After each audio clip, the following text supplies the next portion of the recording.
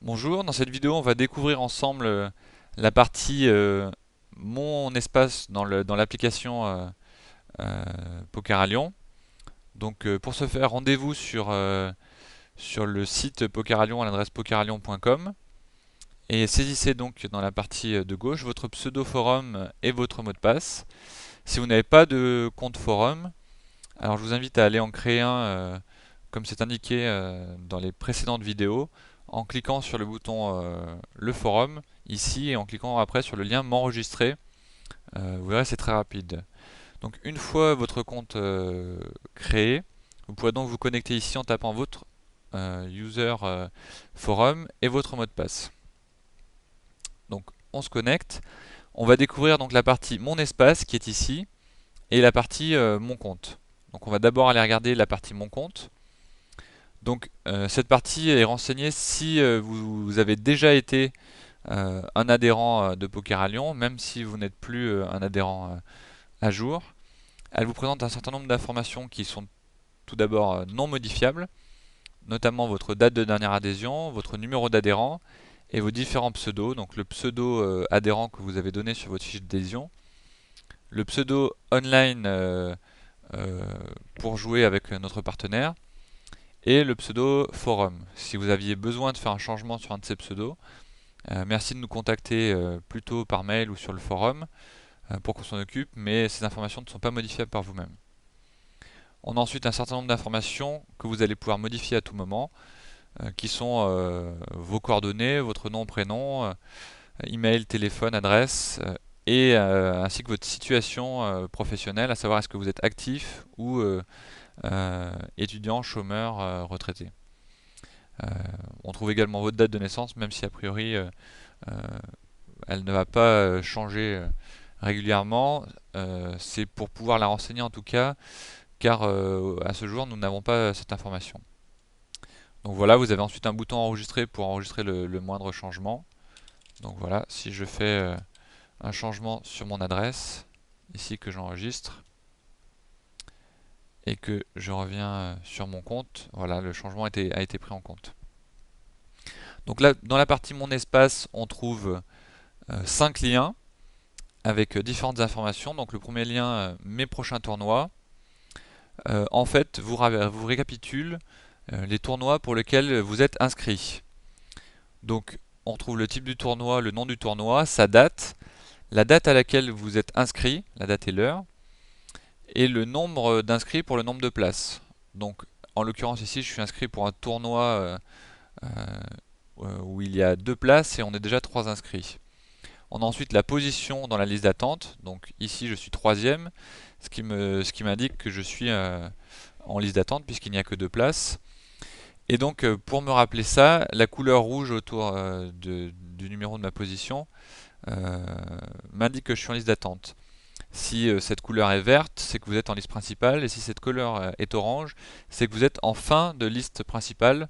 Donc, afin d'être vigilant sur le fait que vous puissiez passer en liste d'attente, puisque comme je vous le rappelle, notamment pour les FNP, euh, la liste bouge régulièrement en fonction des inscriptions de chacun, en fonction des participations et des pénalités. Donc si vous passez la souris sur la ligne, vous avez un petit message qui vous indique, qui vous rappelle, en l'occurrence ici, que je suis en liste d'attente et que ma position est susceptible d'évoluer. Et donc les messages sont un peu différents si vous avez une couleur verte ici pour un tournoi pour lequel vous seriez en liste principale. Le deuxième lien qu'on va aller visiter, le lien Mes tournois joués.